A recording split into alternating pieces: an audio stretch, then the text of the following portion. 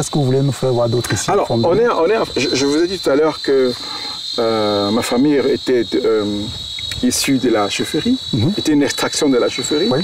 Donc, et aujourd'hui, on a un chef qui est très jeune. Ah, d'accord.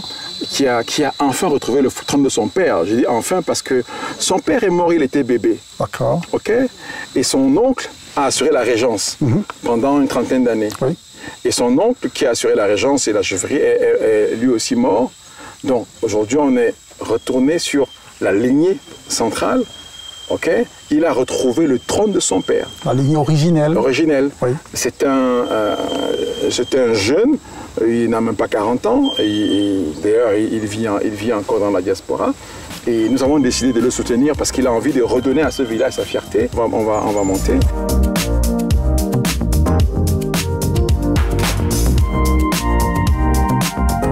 La chefferie. Cette chefferie a été abandonnée pendant très longtemps. Parce que justement, comme tout le monde est parti du village, le chef a été exilé. Oui. Du coup, le nouveau chef, celui qui assurait la régence, c'était la chefferie. Il ne venait pas ici. Il ne venait pas ici, il avait peur de se retrouver seul.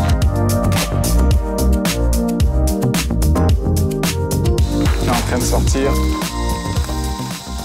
Bonjour Majesté. Oui, bonjour, bonjour. Voilà. Bonjour Majesté. Bonjour.